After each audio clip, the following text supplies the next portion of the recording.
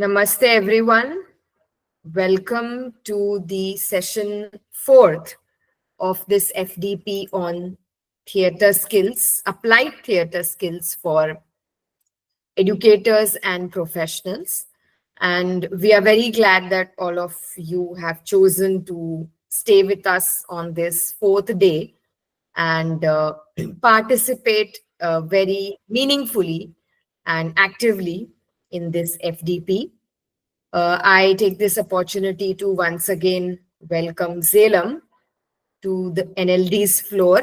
And it is interesting that this is Zelam's third FDP with us.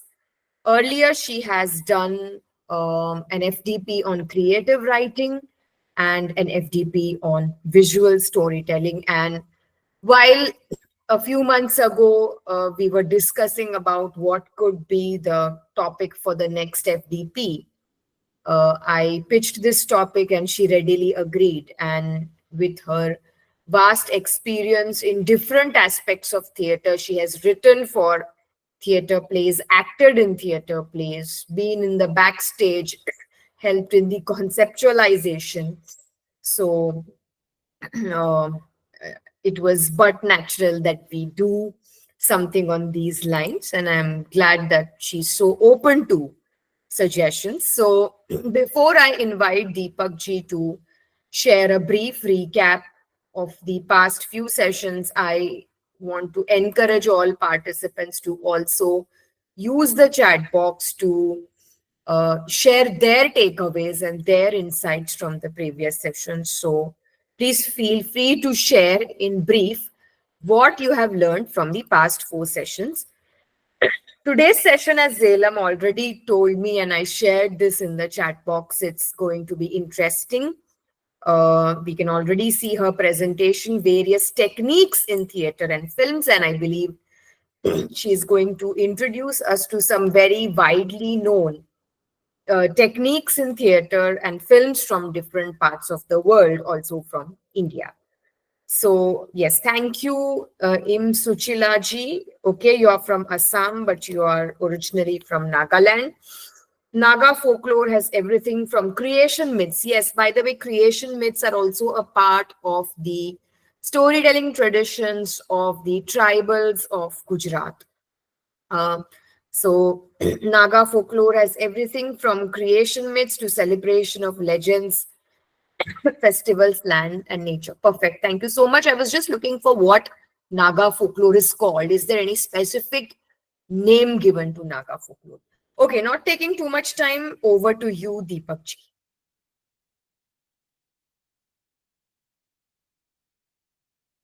Am I audible, ma'am? Yes, you are perfectly well audible. Yes, Deepak. Yes, ma'am. Thank you for this opportunity, team. And namaskar, Jilam ji, namaskar, everyone, and namaskar, Nidhi ji.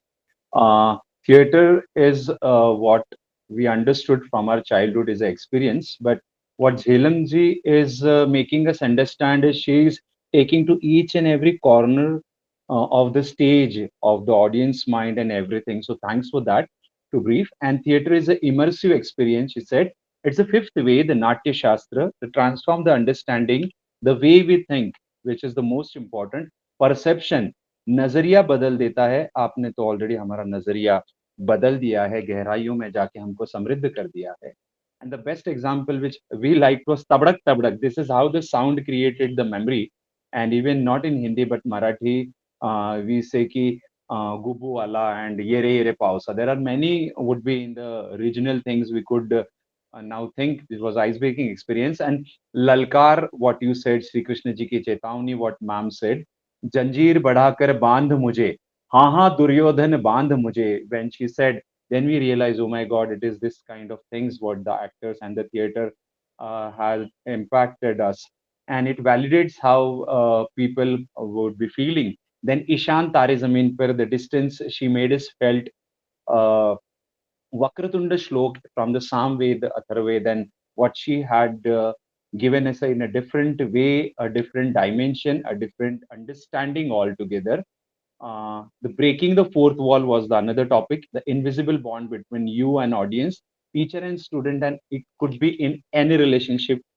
What we understood as a good human being, antar kam hona chahiye, and for that theater plays an important role.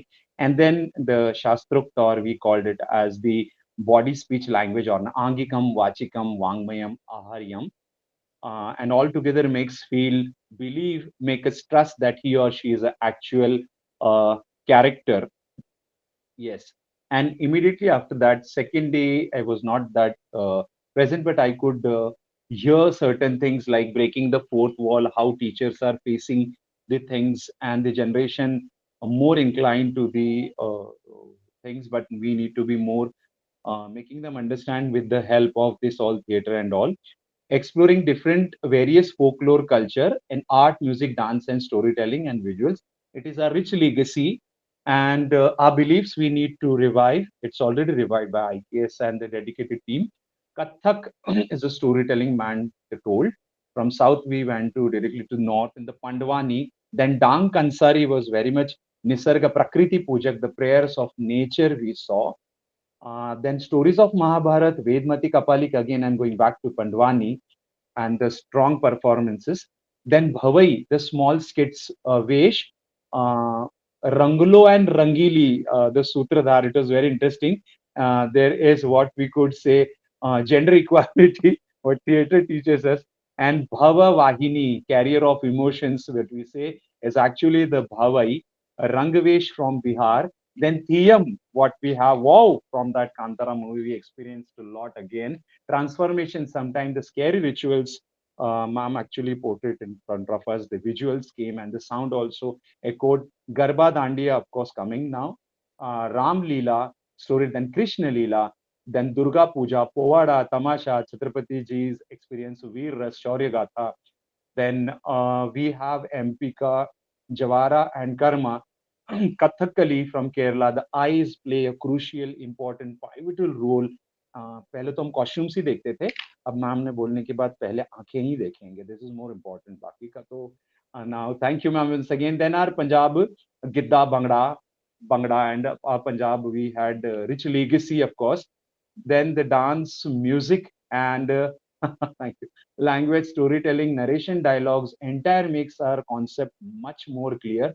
And the best part, what ma'am says is, Shiva तत्व के पास पहुंचते हैं. Of course, Hari का जो है, हम हरियाणा को हमारे कैसे भूल सकते हैं. थैंक यू प्रियंका महराज जी. झूमर है हमारा, then लूर है, गुम्मा है, and many nritya prakar. She said, thanks a lot. I hope it's covered. Beautiful, beautiful, Deepak ji. First of all, yeah, thank you for volunteering and thank you for summing up everything that we have learned from Salem in the past 3 days. And it is very nice because she's able to bring that very unique perspective of being an academic as well as being a practitioner into what she's delivering in terms of creative writing, visual storytelling, and now theater. So I won't take much time. So once again, thank you, Deepak ji, and participants' recordings of all the sessions will be subsequently shared in the WhatsApp group. So in case any of you have missed anything, you can always refer to the recordings. Also, I'd request Salem to share some reading material or some reference links whenever she has time after the FDP. So over to you, Salem. And whenever, Salem, you want to take a break or pause, I want to share an interesting book with all our participants. So let's go ahead. Thank you so much, ma'am. Thank you so much, Deepak ji, for so much insightful. The way you shared it all. Thank you so much. It was amazing, and you included all the aspects that were covered in all these 3 days. So thank you so much for volunteering. And I don't know how many of you, while he was giving us a brief, he said Bhangra, and that Bhangra and Gidda, the tonation of his voice was in a Punjabi accent. So I don't know whether you did it deliberately or not, but certain things that yeah, I noticed. you noticed it, right? I was just going to say, Bhangra, okay, this is how ऐसे बोला Punjabi उन्होंने. speak. Yes. That was wonderful. So that, yeah. So the thing, see, it's see the charm of connecting and associating with the culture is so that we are remembered, and we remember, and we are taken to the language. We directly association with the emotion of the language. So that is the best part of our culture. And now let's we till now we saw the entire soft things about the theater that connects. Now let's see the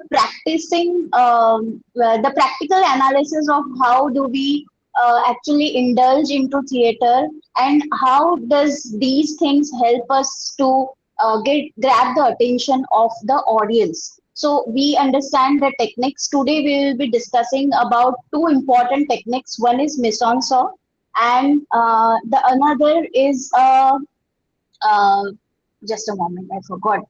Okay, we'll come there. Augusto Boal's technique of theater for the oppressed. Yeah. So just let me take you all in this session. So this term mise-en-scène is a technique. It's a French word, by the way, and it's a technique that is more prominently, applied into the films as well as the theater. So it has come from a theater craft where we talk about the stage properties, we talk about the setting, we talk about the costume, hair, makeup, we talk about the lighting and color, we talk about the staging. That is the blocking technique. Where should be the performer stand on the stage? The stage coverage. What profile should he have?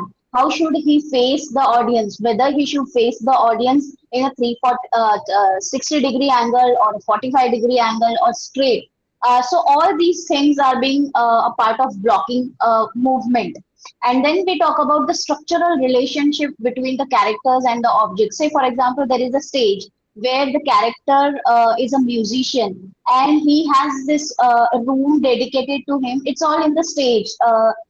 That's the entire setup is made in such a way where there are different instruments placed. So every time that person comes into that room, of course it's an artificial setup, but then it is a setup that is very close to his heart. So the moment he enters in, his body transforms, and he becomes very nostalgic, or he feels very much accepted in that room. So that room gives him the power. That is his go to place. So understand one thing, that the more you become the more you become comfortable with your props, with the properties, with the objects that are there on the stage, the more you glitter your character, you make it more appealing, because that is also one of the ingredient that helps the character to bring the additional details about the characteristics of a character, or a performer who is performing that particular role.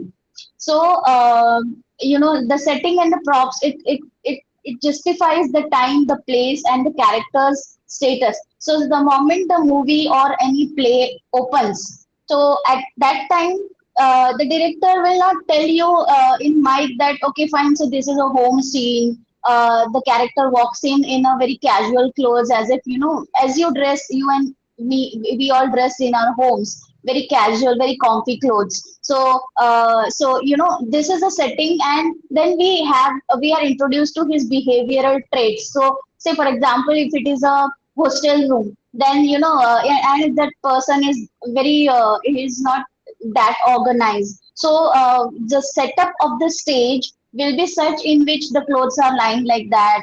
The shoes are in not in the place. Everything is very unorganized in that particular setup, and the character that moves in, it's also dressed up in a way where his half shirt is in tucked in, and half is it's outside. It's very clumsy look that he is having. Hair is not properly done. And he's yawning constantly, and all these things that add up to the understanding of the audience of what the character is all about. What are the traits and the characteristics that he has as a portrayal of that particular character, who then we try to understand as an audience, okay, fine, from this scene I could make the character is very lazy, very casual, very careless attitude वाला इंसान, very careless, भी एकदम बिल्कुल भी organized नहीं है वैसा इंसान, right? So why this is very important? Because additionally मुझे as a director I'm not able to come and tell you कि okay fine, this character is this, from his dress up, from the entire background set design that is being put there in the first place, that and the time and the place, I mean place as in the locality where he is standing or he is representing it. So all these things give a sense of understanding about the character who is introduced with us, with the audience for the very first time. If you see in the movie as also, so there is this wide angle shot in the very first opening where the entire location is being shown to you, so that goes on to telling whether the person belongs to a very poor family or a very lavish bungalow or something like that, right? So in the very first setting you are introduced to the location, to the setup, to the establishment, and to the character status of how the character is. And then we come to costume, hair, makeup, again the softer thing, softer part of theater. So all these things reveals about, if it is a historic play, then the costume will be about a very historical, rugs that are being worn by the character. The hair will be, hair and makeup will be, in the synchronization of that particular. Say, for example, it's a Chanakya's play. Then the way that character, the protagonist, is portraying, he will be wearing that orange color ka bhagwa, and that dhoti that is there. Then there will be a jhola. Then unki wo jo costume and hair mein, he had this shikha.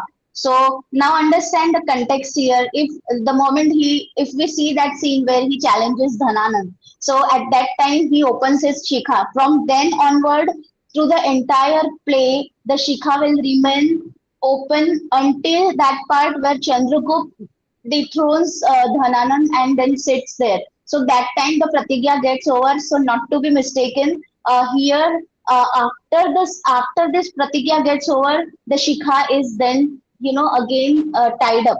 So understand, this is very important. You cannot forget to close the knot of the shikha at that time, because that is again giving a meaning, that the entire that the vow he took, okay, I will dethrone you and I'll put somebody who has the vision of Akhand Bharat. So this is very important. So that goes with the character, isn't it? So you have to understand the way the role portrayal demands the hair, the makeup, costume, everything will fall in place. It should not be any, even if the smallest of the thing will not be out of place. So that goes on to show the character. And then we talk about the lighting and the color. The use, lighting, color are the symbol. They represent the symbolic value. They show what tonation, what mood that the character is going through in a particular scene. Say, for example, it's a very emotional scene where two brothers are meeting after so long time. If you remember, I would like to give here one example.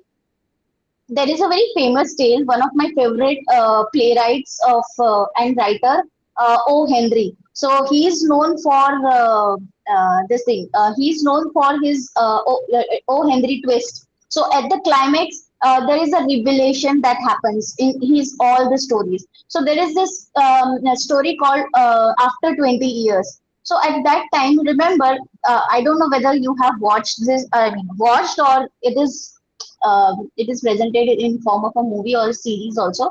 But then reading a book is very much interesting. So I don't know whether you have read it or not.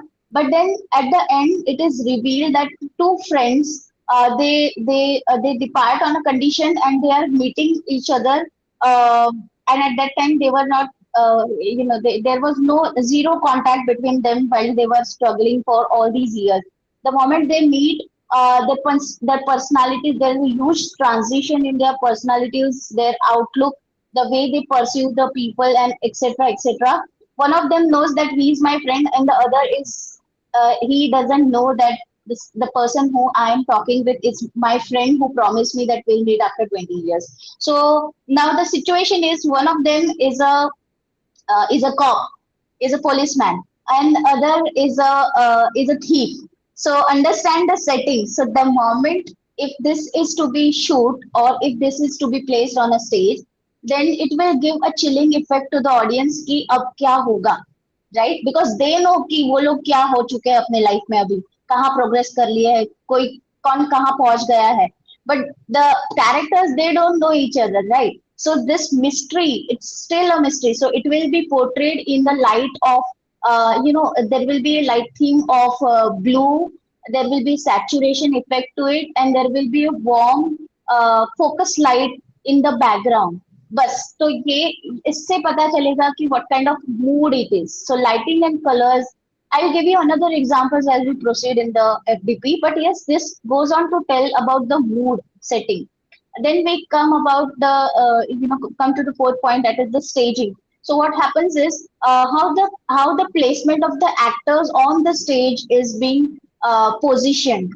It's the blocking that makes. So if it is the two characters are in proximity to each other, so what is the relation between them? Are they in love with each other, or are they enemies? They're trying to prove their mettle to each other, or is there a competition between them? Of if there is a distance, then what kind of distance? What is the meaning of that distance? If they are silently not looking each other, they're positioned in two corners, then why so? So all this thing gives the meaning to the audience. And of course, in the background, one element is missing here: lighting, color, and music. So background music also plays very important role in conveying the proper message about what the situation is going on in front of them while it is being portrayed by the actors. And then, as I said, the structural relationship between the objects and the characters. Now, let's understand there are 6 stagecraft techniques of theater and films that lets the audience draw the attention towards whatever is happening in front of them. Let's unfold each one of them one by one. If we talk about movement, then a moving object always grabs our attention. It immediately captures our attention. Say for example, I'll just give you a day-to-day example. If you're standing in a queue, or if you're standing at a by the road where the train is coming, but then it's a halt, right? Or a signal where where your vehicle is being positioned at a standstill.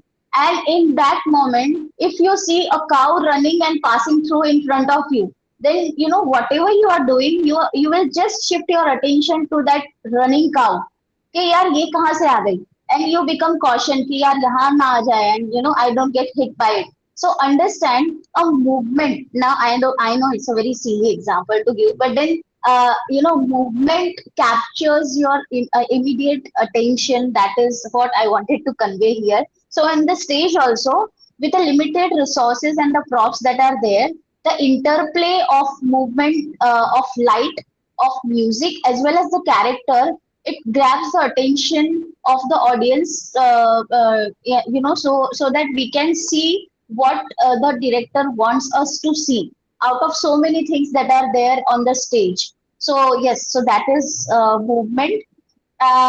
Then comes exposure. So have you ever realized that जब light चली जाती है अपने घरों में, when there is a complete blackout and the power is off, and then we go and search for the candle and so on. So what happens is, somewhere if there is a dim light, then our eyes, they straight away they go somewhere the dim light from the outside is coming, so our eyes will straight away follow that dim light. Why?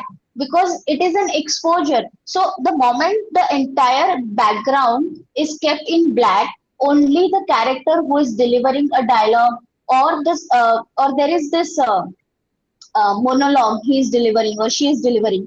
At that time, they get a focal light on them, which, and then that also depends on the mood that they are. If there is a rage, there is a anger, there is a frustration. Say, for example, if there is a scene of Mahabharat where the Draupadi Chir Haran just happens, and then after that she is left alone, and there is a monologue. Just visualize the scene that will be. She is full of rage and anger for whatever has happened to her in that sabha, and now she is just cursing everyone out there. Now, if this is to be featured or captured in form of a say theatrical presentation, then there will be color of the focus will be not white, but the focus light will be of red color. That is fierce, right? We'll be seeing the color examples also. So red is anger, red denotes passion, red denotes danger. So a person who is full of rage, anger, frustration, he will have curse words, right? So understand the body language from it. It is being complemented by the colors usage, which helps the audience understand what is going on with the character. Even if Draupadi's character doesn't curse the audience, doesn't curse the people out there, or say, for example, she is just standing without any delivering any dialogue. So in that post, but only her eyes and body language are very fierce or full of frustration. So in that case also there will be a rage shown. So that exposure will also convey a lot of meaning without her even telling something to the audience, right? So as you see in the second image, the person who is old enough, he is trying. There is a ray. There's a ray that is for the light that is focused on him, that is falling on him, and that is creating a shadow. So this goes on to show two things, that the image that creates a tension because it is creating a contrast. Exposure of high contrast can create a tension in the mind of the viewers and the audience, and exposure of a low contrast where low key lighting is used, it creates a curiosity and chilling effect in the audience. So yeah, then we come to focus. Now there are so many things on the stage. If it is a set of a vibrant set and a colorful set, say of say for example there is this Christmas scene that is being going on. There will be Christmas. There will be people who are singing the carols. There will be in one corner of the stage. There will be youngsters. They are dressed up very They are cheerful in the mood, and etc. etc. So what happens is the focus. So the audience are seeing all these things, but if that one moment, if there is a small child who appears there and he is thinking whom to go and talk to, so what will happen? The director of the stage will dim the lighting, even if he will not dim it entirely to blackout or black, but he will dim the lighting, and there will be one focus on that little boy who is standing in that position very prominently, so that the focus shifts from the other people to that particular boy who is now searching or asking for help to the people out there. If you can visualize this thing, so understand the focus grabs our attention. That's the reason the director and the actors, they keep on changing the focus from one to another. Second example I can give you here is, if there is a conversation going on, if there is a visualize a bench on the stage, and there is a complete blackout, I mean complete dark, in a complete dark environment, there is a bench put, and then there are two focal points at the edge of this bench where a girl is sitting and a boy is sitting. They are not seeing each other. Um, they're sitting. They're seeing on the wings side where the entry points are there. So the thing is, we can see the mood from it. It's like they are not talking in a talking terms to each other. Now what happens is, when the girl starts reacting or responding or talking, the focus light on that girl will be more prominent than the boy. The focus light on the boys will be dim, but then it will be there. It will only specifically show the reactions that he put up while on the stage. So this creates, this creates the shift in the focus. So audience now know where to focus while that dialogue of a girl is there. So they will focus on girls portrayal. When her light becomes dim and the light of the boy becomes very sharpened, then the focus will be shifted to that boy. So understand this is how the focus creates attention. Then we have the frame within the frame. What happens is when you are putting the objects, placing in two frames. Say for example, the stage is one open space in which everything is in black, but then there is a door or a window, or yesterday we saw the frames, right? So that is a frame within a frame that gives the that is posed with the theme or the idea to make the audience understand where to focus, where to shift their focus, and why this is important, so that everything around it becomes defocused automatically. So, frame within a frame is something that gives that gets the audience's acute attention towards the single point where they want to focus on. Then we have color. As I talked about, the usage of color becomes very important. Now, if you can see the first image, the image is of a person who is very authoritative, but same time he looks very devilish. So, for our cinema and our theater actors, those with a very antagonist look, or those who portray the character of an antagonist, the clothes that they are preferred to wear are black, mostly the shades of black, because black is devil, black is a negative effect, right? So sometimes it may not be so, but then only say for example a smirk on a devilish smirk also can give you a hint about the character, even if the character do not speak up in any scene. So yeah, and then blue is a chilling effect. Green can be of prosperity. Yellow is of happiness, cheerfulness, vibrancy.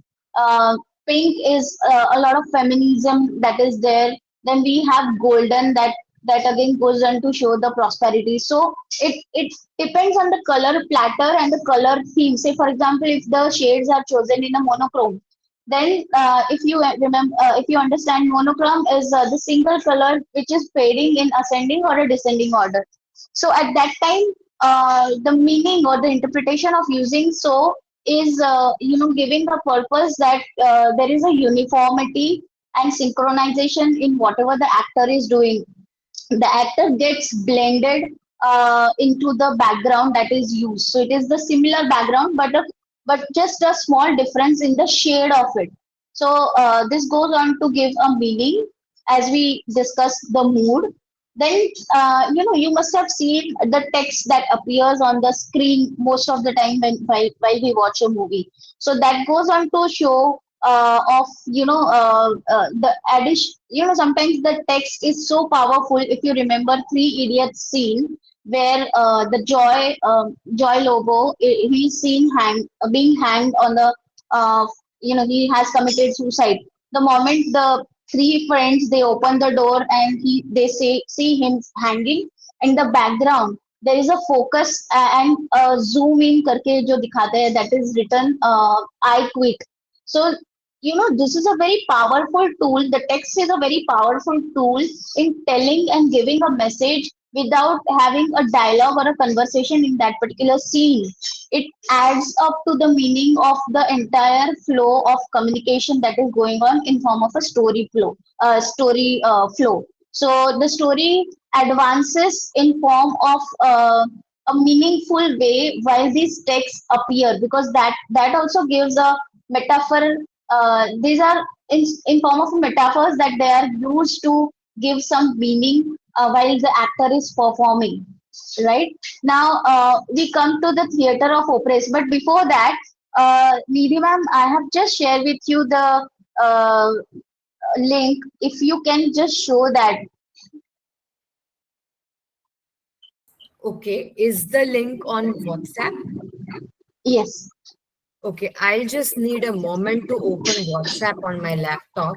So Just a Okay. moment. So by the time you are doing that, let me take them further with this theater of oppress, so that once you are ready, you tell me. Uh, I will stop here and then we can see watch the video. Yeah, so it's a video that needs to be played, right? Yes, yes. Okay, once I'm ready, I will tell you. Okay. Till that time, I'll just go ahead with this technique. So theater of oppress. So what happens is, there are a lot of movements that happened in, say we, जैसे हमारे यहाँ सत्याग्रह थे. So there were drastic movements that happened at the political levels in the West. So at that time, people had their voices in form of, this theatrical presentations. So people used to say oppose the things, people used to support the things. That was all happening in groups. So there was this communities, right? So they used to gather together and they used to come and discuss about it. And through that, they used to come with a solution and then they address that same thing to a larger audience, to the mass. So Augusto Boal is one of the eminent, Brazilian theater practitioner who is a drama theorist also, and he was a political activist. So most of his movements that created an understanding in the people through his through his theatrical presentations. So theater of oppressed is one of such impactful theater practice that has that is very famous in the educational forums as well. So, what exactly that is, let me take you all here. So, Augusto Boal's technique, that the name itself says that theater of the oppressed. So, people who cannot express themselves, for them, he has implied a tool that made them comfortable to come and voice their feelings, voice whatever they feel that they are trapped in something or they have bottled up their emotions. They can come and share and discuss. So there was a safety place that was created for them, and this place was full of reformists, rebellions. They they had their voice. So sometimes what happens, we might have theater is one such very strong emotional strong emotion that it's a very powerful thing. अगर theatre के through message जाता है तो people are even the it can बड़े बड़े organisations को भी वो टक्कर दे सकता है because it is like transformative theatre and this is also one of the techniques of it will transform the human experiences. So the Augusto Boal's technique includes the image theater, which has the non-verbal symbolic movements in which the participants they come up with the symbolic or images or the sculptures through which they are going to strongly take a stand and they are going to explain themselves and describe themselves without them telling a word. So there are displays of different galleries where they take up a social issue or a social norm, and they kind of oppose it or support it. And in that direction, they present the non-verbal symbolic images, and then they try to communicate with the audience who are there around them. So yeah. So and then second is your invisible theater, that where the public are not aware about who is performing what. So it's like you go out and then you start acting and then you actually start talking to the people. You are dragging them into the conversation, and it helps them to kind of share their views, points, and you also get a lot of perspectives out of them. कि अच्छा okay fine इनका ये मानना है इस बारे में. So all these things. So it's a theater of an theater for invisible. Then we have the forum theater in which there are unresolved issues जो होते हैं उनको एक जरिया मिलता है to get resolved. So there people they come up and they ask for the confirmation, they validate, and then they offer the solutions which are there as per their part of point of view. So understand it's, participatory theater.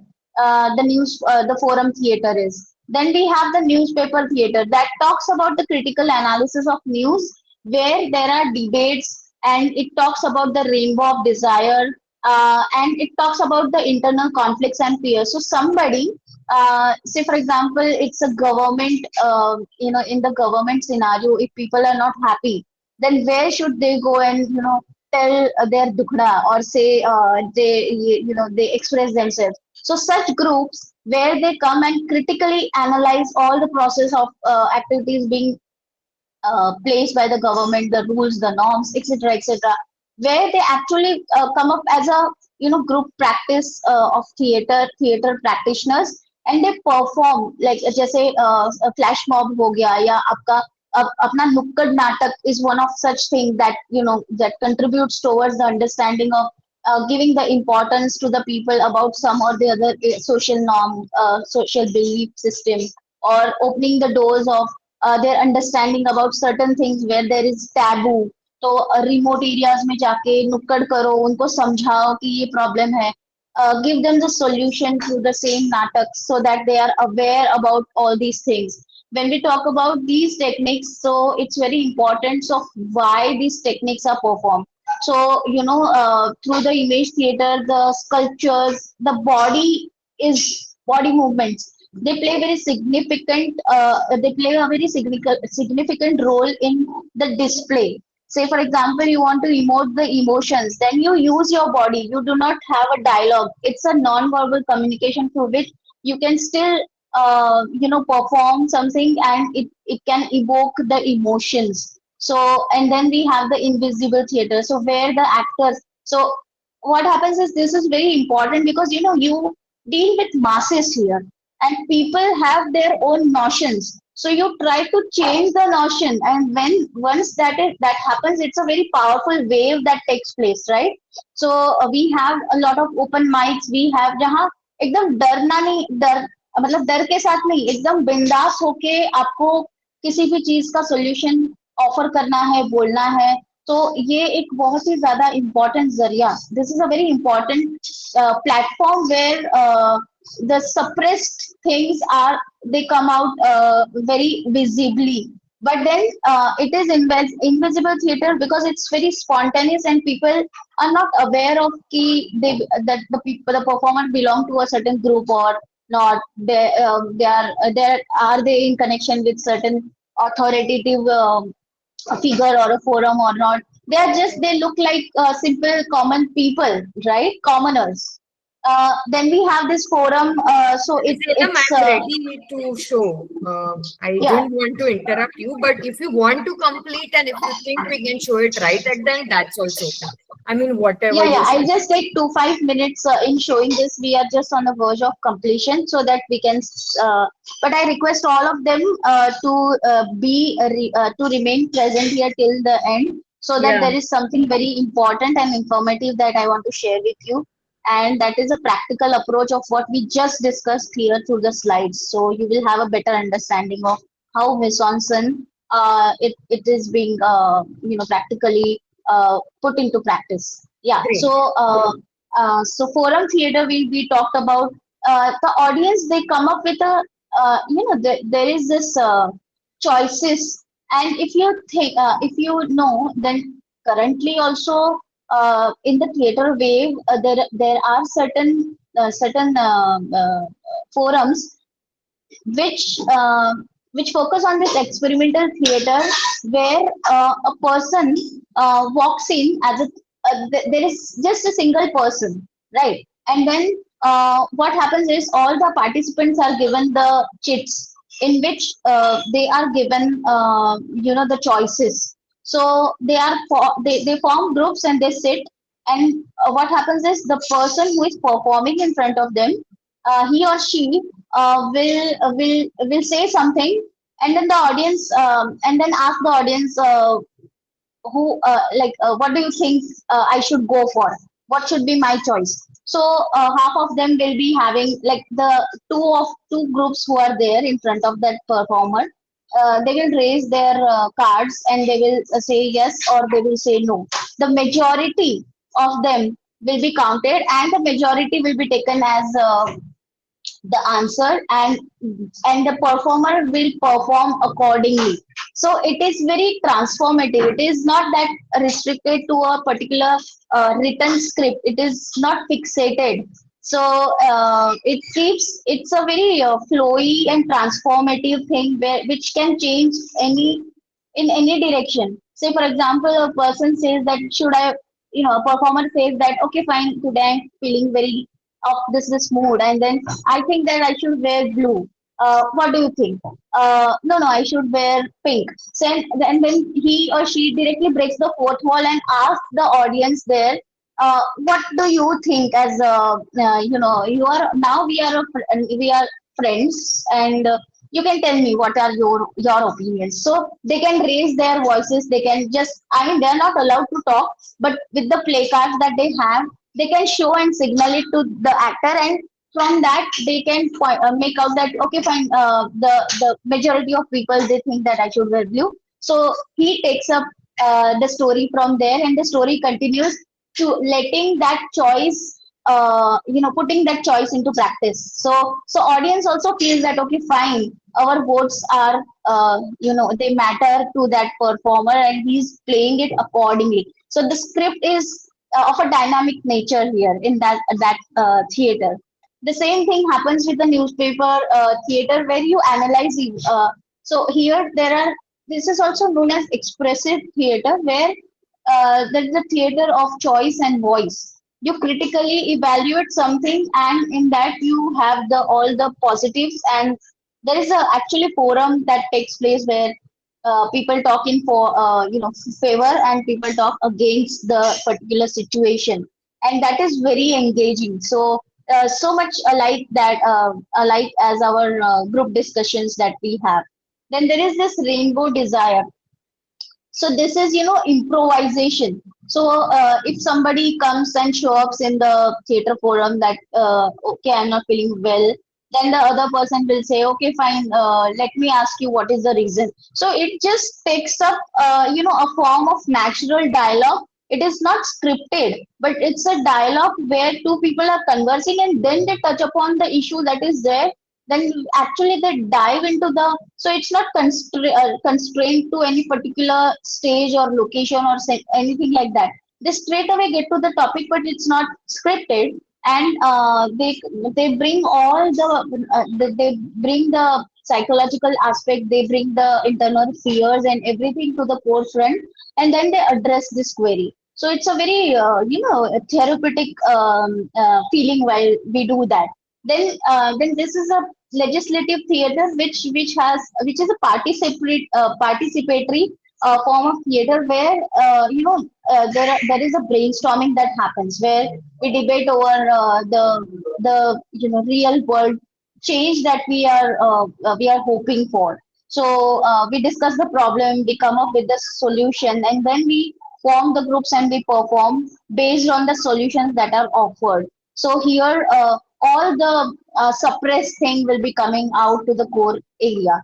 And what is the purpose? Why do you think that it was very important? Because what happens is when anything political situation happens, and then it was I'm talking about these things where there were political authorities, they were banning people from talking to each other, or they did not, people did not participate because they were sent to jail because of that. So this movement gave them the voice, and it made the invisible visible. They had this power to talk, to discuss the narrative that they had. It had this kind of effect on the people.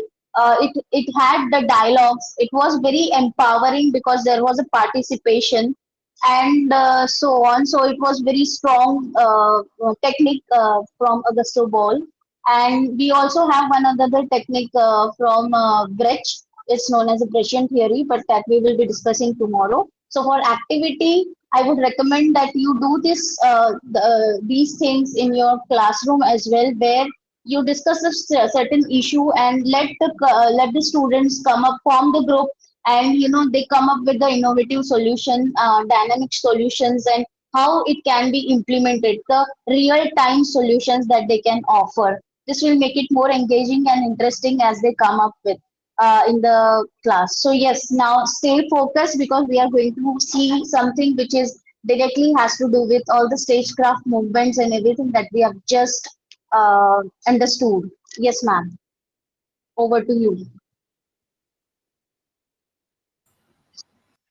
Sure. So let me just first share the audio tab and the screen, and please confirm for me if everybody is able to watch and hear, and then probably we can start. Just give me a moment. Yeah.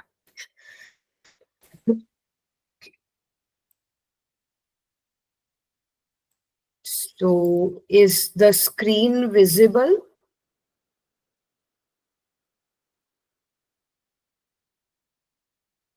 Is the screen visible? Yes, ma'am, it's visible, ma'am. Okay. Let me play the audio. Please respond. Yes, ma'am. Yes, ma'am. Yes. Let me Great, great. So let me now go You can back just and mute expand the myself. window. Yes. Yeah, I'll do that. Pardon the internet from my side, but yeah.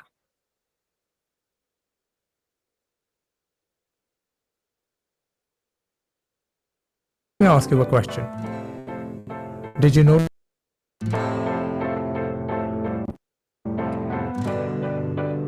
Let me ask you a question. Did you notice the costumes in Devdas, or that bleak, ominous light in Pyasa? Do you retain vivid impressions of the misty streets from Taxi Driver, or the fluorescent lit lair of Buffalo Bill from The Silence of the Lambs? If you do, then that is because of mise-en-scène, a French term which literally means placing on stage. An expression derived from the world of theatre, mise-en-scène is used to describe the facets of film production. Directors use it to translate a story into a visual theme. Mise-en-scène incorporates multiple aspects. First is the setting, the environment that defines the diegetic universe of the characters. Then there's lighting.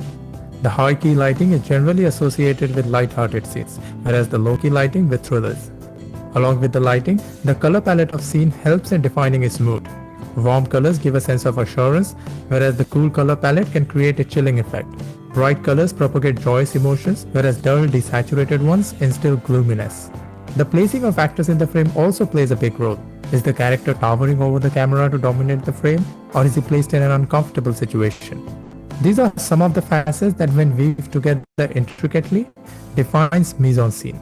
Let's take two frames from Imtiaz Ali's Rockstar to understand how mise-en-scène plays a major role in visual storytelling. Both the scenes involve Jordan and Ustad Jamil Khan. These also happen to be the only two scenes where the two characters appear in the same frame. Let's look at this scene first. This scene occurs at 64 minutes into the film. All this while, we witness Jordan getting intimate with Heer, get thrown out of his house, and find shelter in Dargah. Then he gets a call from Platinum Music, only to squander the opportunity. This is where Jordan meets Ustad Jamil Khan for the first time, who hands him his first break. By the time we reach this point in the film, Jordan has established himself as a successful and a famous musician. But his personal life has taken a lot of beating. He finds Heer after a long time, only to get separated with a broken heart. He then ends up in jail and builds a violent public persona. So how can we learn about the intricacies of the character and the character arc through studying these two frames? Look at the setting of this scene.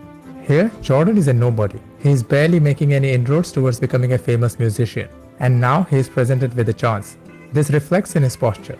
He sits upright like a student in front of a teacher. He avoids eye contact with Jamil Khan, reflecting his vulnerability. Here, Jordan is weak. Compare this setting to the setting of this scene. Jordan is now an established musician. His confident stance reflects his dominance on stage. His musical accomplishments also allow him to look Jamil Khan straight in the eye this time. At this point, Jordan is yet to enter the world of music. He is just a struggling musician lacking any sort of inspiration. He is an outsider, which is reflected with the color of his costume. His dark shirt contrasts with everyone else's lighter shades. Even the room is filled with the shades of white and blue. This puts Jordan in focus throughout the scene. Whereas here, Jordan well and truly belongs to the music world, which is again highlighted with the color of his costume. But this time, the colors blend him with the environment of the studio. Until this point, Jordan portrays his free-spirited personality. And the lighting style accurately renders his naivety. The high key lighting kills all the shadows on Jordan's face and accentuates his innocence. Whereas here, Jordan is soaked in shadows, hinting his slow descent into anarchic madness. Notice the size of the actors in the frame. This scene is shot in a mid-shot, allowing us a closer examination of the situation. Jordan is still accessible, he is still one of us. But here, the wide angle shot takes us away from him, which is absolutely fitting considering the arc of the character. Another interesting thing to note is the position of the characters with respect to the point of view from which the shot is taken. This shot is from the point of view of Dhingra, the business head of Platinum Music.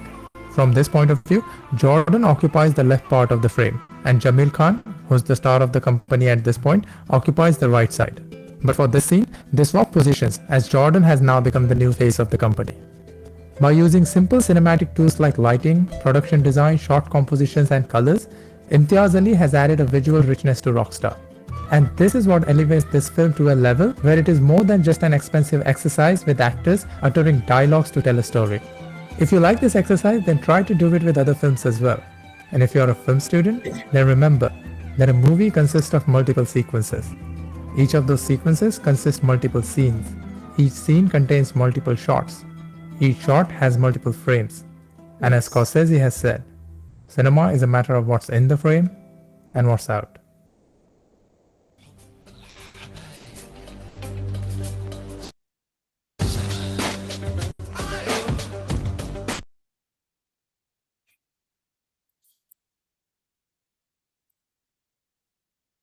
Stop presenting now. Yeah. So thank you so much, Nidhi ma'am. See the concept, and in the last we just saw Martin's Scorsese.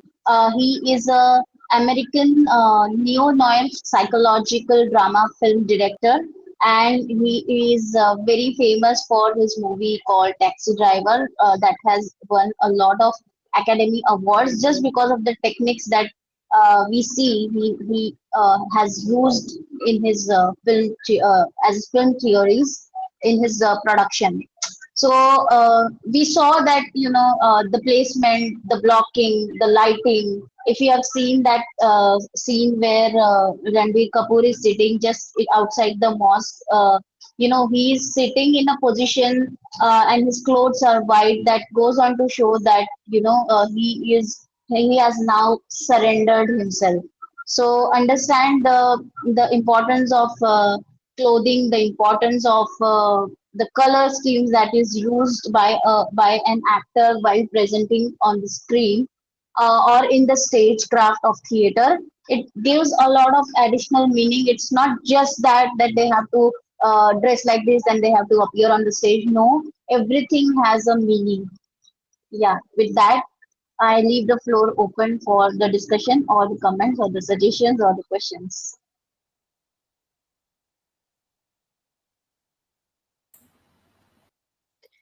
Thank you so much, Zalem. I think the video that we just saw about Mise-en-scène was very crucial, very educative, and the last sentence was very, very powerful, that it's all about what is in the frame and what is outside the frame. So let me see if there are any comments or questions in the chat box. Yes, Mamta ji, I will be posting the recordings one by one in our WhatsApp group, so you can access the recordings. Please give me some time. The recordings of the first 3 sessions are already available, and I'll be sharing them with all of you very shortly in the group. In fact, the video that was shown by Zalem just now, Mise-en-scène, that also I will share. Yes, any questions? Ma'am, Any questions or comments or insights? Yes, who did speak? I didn't notice, sorry. Ma'am, Deepak here. Yeah. Go ahead, Deepak ji. Yeah, thank you, ma'am. Zila ma'am, that concept I didn't understood. You were saying that man is standing and opposite the lights are coming because we are not from the technical field. So what impact his shadow brings to the audience? I mean, I would have been missed or not understood properly. So Can you brief, ma'am, in line note, please, if possible? Yeah, the contrast that you are talking, the contrast effect that is. So I gave the example of 20 years. That thing you are talking. Deepakji, can you Yes. elaborate on your question? Like, I've not understood it. Sorry, Zelam. It would be Yeah, yeah. great if Deepakji tells us what he wants to know so that everybody benefits from it. Okay, ma'am. One concept was related to lights, and there was one fellow. There was one person. Ma'am said he is of mid age or old age, and उसकी छाव गिर रही थी. His shadow was there on stage. So what does it indicate? और किसका रूपक है? Metaphor क्या है? मतलब just want to know in a concept कि how the lights play is crucial, क्योंकि हम तो सिर्फ थिएटर में लाइट एंजॉय करते हैं, but the psychological impact you had made us understood. Thanks again. उसका फिर से concept जानना था. Once again, if you could focus on that. Yes. So Deepakji, the shadow effect that person was standing, he was, and the focus light was there on his on that person. The background was not the background was black, and he was looking up. So in that particular play, he was looking for answers from the God, and that was the focus, and because the focus comes from the front, the shadow falls on the back side. So the psychological depiction of this particular scene is whatever is your shadow self that you have to leave behind, it is behind you, and something that the answers are arriving, it is in front of you. So you can take a leap of faith and go ahead, leaving the shadow behind, leaving all the heaviness behind, leaving the baggage behind, and then you can be, and I mean, you can then be transported to another level where it gives you a lighter space. And then I think इसके बाद जो scene आता होगा इसमें a complete transition of the thing, because once somebody is associated, or say for example there is a help coming from the nature or the higher powers, then he is transformed, and then he walks on to a very lighter shades जहाँ पे रोशनी बहुत ज्यादा है. So this shows the understanding के वो gloominess से, वो darkness से, उस dark space से वो बाहर निकल के आया है. So that is the depiction of that particular scene. I Thank hope you, ma'am. Yeah, this ma'am. solves. तमसोमा ज्योतिर्गमय. हम प्रकाश की ओर बढ़े. Yes, Very excellent exam. yes. Thanks a lot, ma'am. Thanks a lot. Thank you. Thank you so much, Deepak ji. Yes, to all participants, I think what all of us can do is revisit this entire video of Mise-en-scène. It's the way it is pronounced in French is Mise-en-scène. And since the example that was given was from the movie Rockstar, and I think it's a recent contemporary movie, you can probably watch those particular scenes and then get back to the video and try and understand what is the kind of analysis that is being presented in terms of focus, lighting, background, position of the character, juxtaposition, relationship between the two characters, the character arc. In fact, Zelam, I request you to explain about the character arc also in brief, if not today, then in tomorrow's session, so that participants to understand that for any performing space, character arc is important. It could be an advertisement, a film, a TV series, a theatrical performance, etc. So yeah, let me first take this question by Dr. Valarmathi ji. I hope Dr. Valarmathi ji is there with us in the meeting. Yes, ma'am. Okay. So the question, Zelam, from Dr. Valarmathi madam is that if we want to use cinema as a pedagogical tool, as a teaching tool, as a tool of instruction in the classroom, how can we do it? Could you throw some light on it? Okay. So thank you so much for the very important and suggestive question. We can have cinema as a pedagogical tool, and cinema has really helped us to see through the frames of how the society, how the mindset of the people they are. And secondly, if we have the notion about a particular society or the people or the psychological implications of how people respond to different things, though, so if we talk about those the psychological concepts at the understanding, if you are a teacher of psychology and you want to make the students understand the concept through cinema and the movies, through presenting a movie, then it becomes very easier for them to adapt to, because cinema is something that is very connecting. It is a very highly connecting visual storytelling tool. So through that, they will get an illustrations of how different people and different psychologies come and play, and how they respond, react to a certain situation in a particular way, and how the emotions are being enacted by using usage of metaphors. So what happens is, if, say for example, if you want to show, if you're a management teacher and you want to show something related, the importance of delegation of work, or you're showing a culture and all those things, then you must go and watch the movie Rocket Singh, in which there is this culture is the entire office culture is, and the space utilization, and how the people, the employer and employee relationship, they it is shown, that is shown. So yeah, you can ask the students to watch that. So movies also reflect a lot of things that has to do with our education. Not thoroughly all the concept, but a glimpse of that concept must be reflected, and we can use that cinema to show them. See, look, this is the example of it, how it can be portrayed. And you can also ask them to narrate that after watching that movie, so that the entire class, they can know the point of view of the student who has watched that movie. So that then it becomes even more simpler once it is being broken down as a concept by that student himself, who has been exposed to that movie as a part of homework. Thank you so much, Thank you, ma'am. Zelam. Yeah, Dr. Valarmati madam, I would also like to add to what Zelam has said.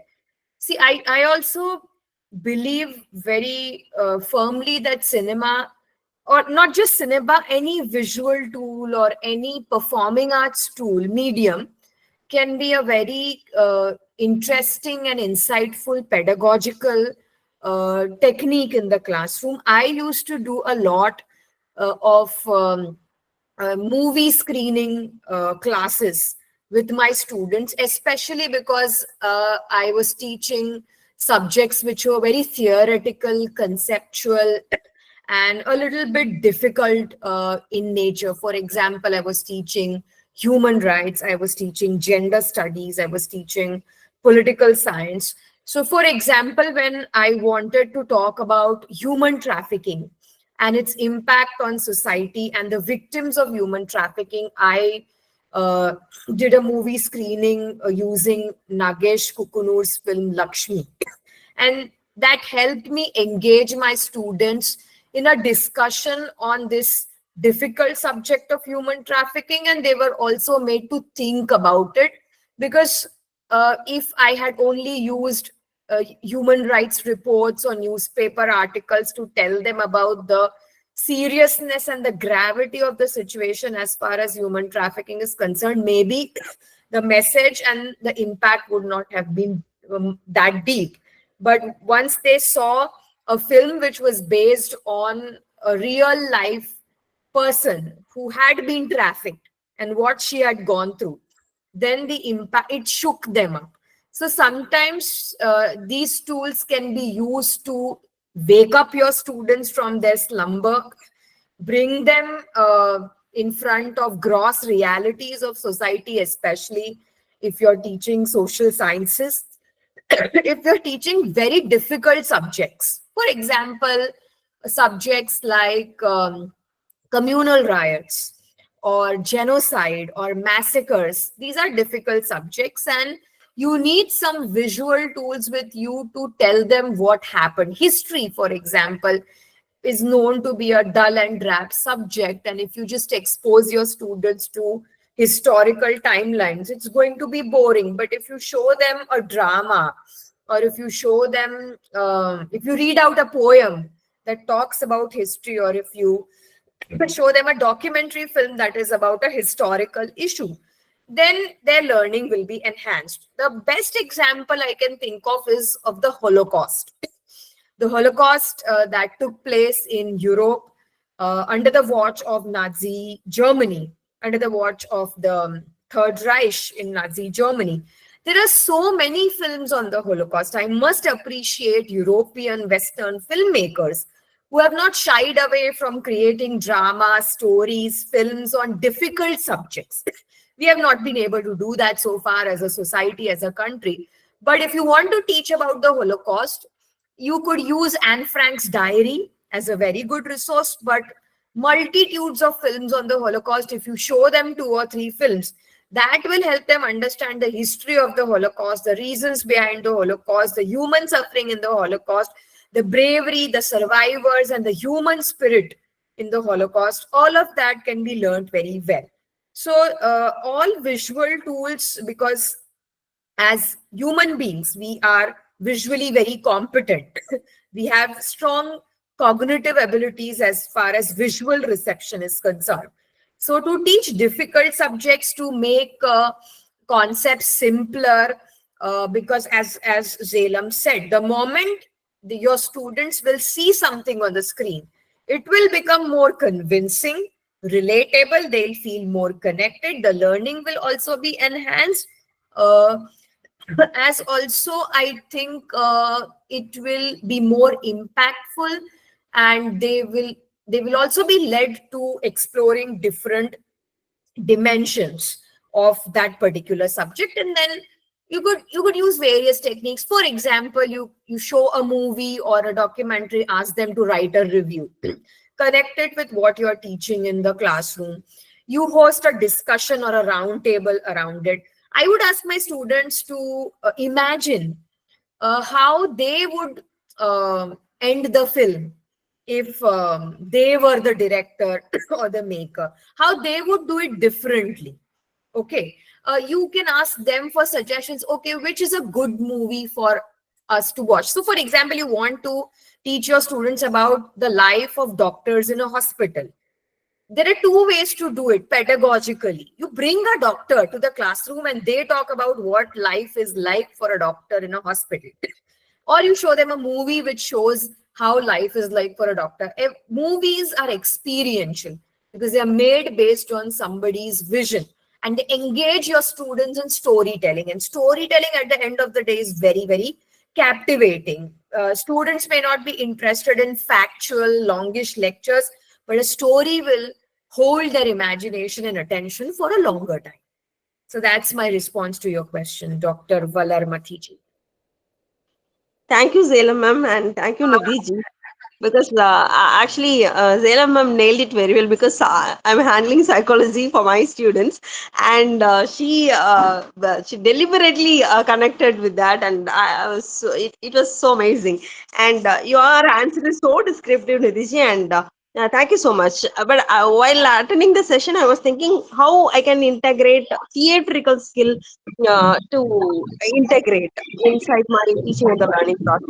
And I think in future I'll do it. Thanks a lot. Thank you. Thank you so much, Dr. Valarmati. I will also be sharing with Nidhi ma'am some examples of movies that decodes the psychology, the mindset, and the behavioral patterns of human beings. So I'll send a list, and ma'am, you can just uh, post that in the group. And in this chat box also, I have put down some 3 movies. So you can just, whenever you have time, you can go through this. These are good examples of a very good movie and metaphors that are used in it. Thank you so much, ma'am. Thank you, Dr. Valarmathiji, for the question. Really enjoyed answering it. It was a very pertinent and relevant question. Tomorrow, as we have requested Zelam to speak about the character arc, and Zelam, I would also request you to, if we have some time tomorrow, we'll see how it goes. The exercises that you do in theater, the initial exercises that are done in theater training, blocking and, expression, and how to use the body, how to use the space. So if anybody is new to theater, what are the initial training exercise that they must know of? If you can throw some light from your training, that will help us. Sure, sure. I'll do that. I'll do that. Great. So thank you so much, everyone. It's 9:17. We close in interest of dinner time for everyone, especially for Zalem, because I know that she's been having long days. But I must admit, I think Zalem, today's session was the best. Yesterday was very, very good, but today was even better. So Thank yeah, you great so much. session, and especially because there were so many examples coming in. Yeah. So namaste everyone. Join tomorrow, please. Tomorrow is the 5th session. 2 more sessions to go, so we don't want any of you to miss it. And many more interesting things to come for the last 2 sessions. So namaste, good night. Let me stop the recording and then I can let Zalem exit.